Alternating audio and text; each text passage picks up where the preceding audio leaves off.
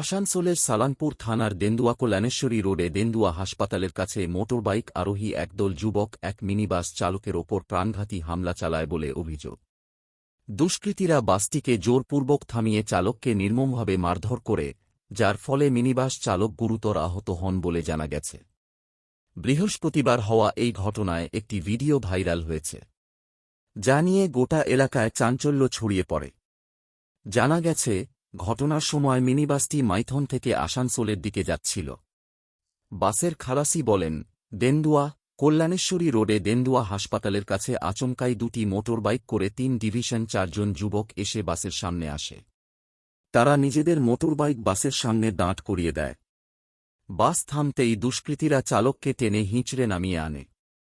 তারা কয়েক মিনিটের মধ্যে চালককে বেপরোয়াভাবে মারধর করে ঘটনাস্থল থেকে চম্পট দেয়।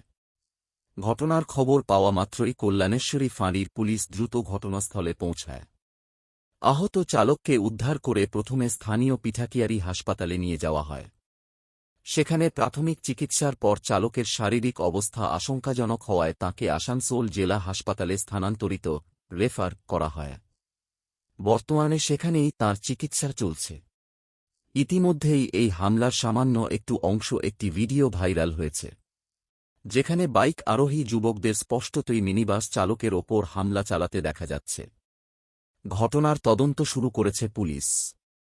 অভিযুক্তদের শনাক্ত করে তাদের সন্ধানে তল্লাশি চালানো হচ্ছে বলে পুলিশ জানায়।